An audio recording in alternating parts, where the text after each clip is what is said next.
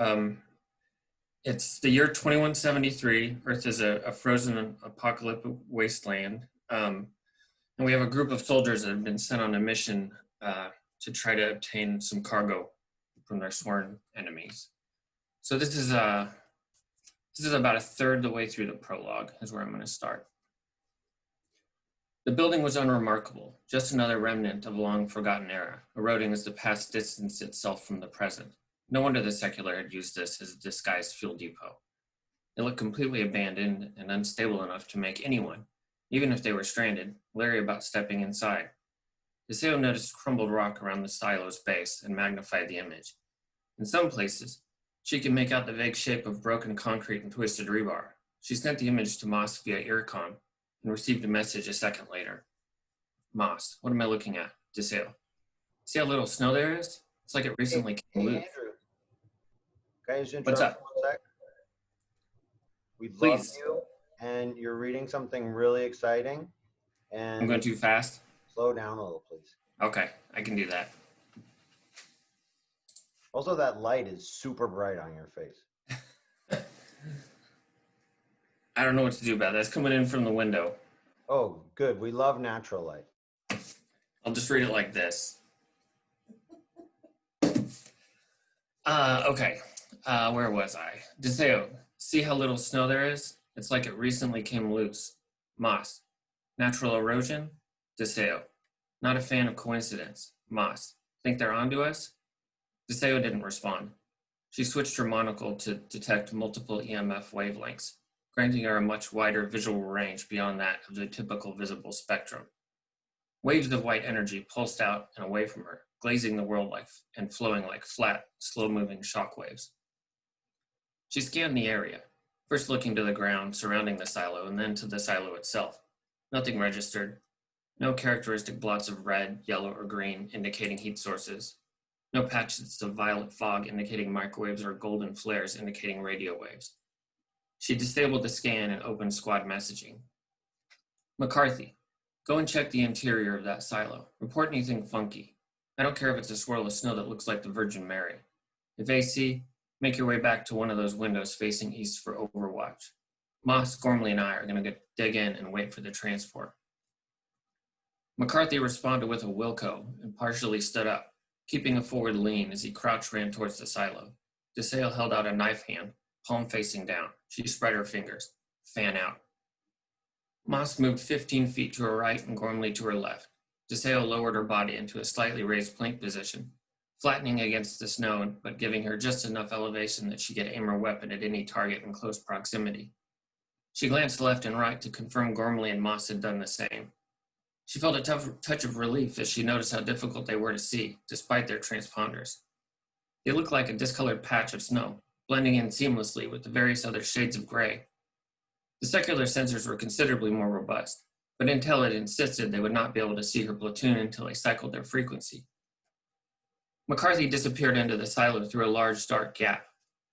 It was covered in knots of ice and looked like the opening of a base of a giant tree, one that had been polished and bleached white. DeSeo checked the time, just short of 10 minutes before the secular transport would stop to refuel. She looked at the ashen sky beyond the silo. Visibility had dropped. Fat snowflakes were starting to shoot past her visor, some skating across the icy earth like tufts of cotton. DeSeo took in a few slow, controlled breaths and forced her shoulders to relax, trying her best to lower her heart rate and manage her adrenal response. She waited for McCarthy's all clear. The sound of her breath amplified in the claustrophobic confines of her helmet. After another moment, she tongued her gum from inside her cheek and started chewing again. She checked the time. 5 minutes had passed. One fucking job, McCarthy, she hissed to herself. She waited another 15 seconds, praying the damned all clear message would pop up on the general channel, but nothing came. Her monocle tripped twice, informing her that an unknown vessel was inbound. She glanced up to see a single pinprick in the gray sky, bracketed by a red reticle. Apparently, the Bleaks also abided by the military's version of on time, early. McCarthy acknowledged. The message just hung in her vision. She checked McCarthy's biometrics. He was conscious and his heart rate was elevated. That didn't tell her shit other than that he wasn't dead. If he hadn't suffered some sort of miraculous stroke that cut his ability to communicate but left him otherwise unharmed, She was going to forcibly insert her foot into his ass.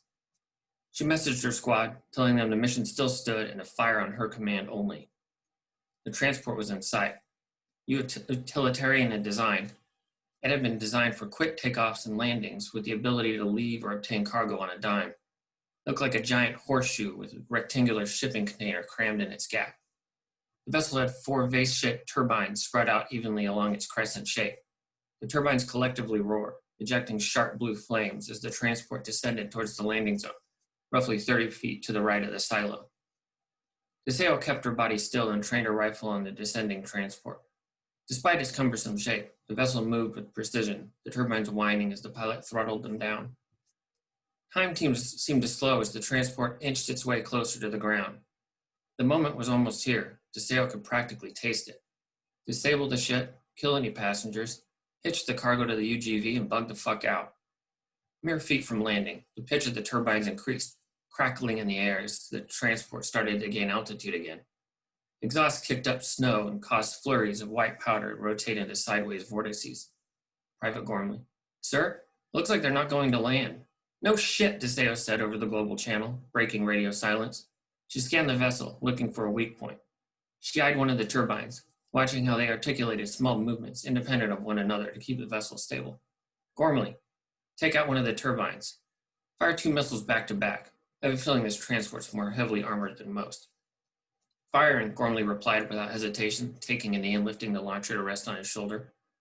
He angled it upwards, sighting the transport. "Make sure to enable shock charges," DeSalle added at the last second. "You'll want to cook its systems, not turn the whole thing into mulch." "Wilco," Gormley said. "Blast area clear?" A second later, the weapon kicked on his shoulder, and 2 white vapor trails cut a line from the end of the launcher to one of the transport's turbines. The dual missiles fired so fast they almost appeared as one. On impact, thin, jagged lines of electric blue bolts branched across the side of the ship, followed by an audible crack of superheated air.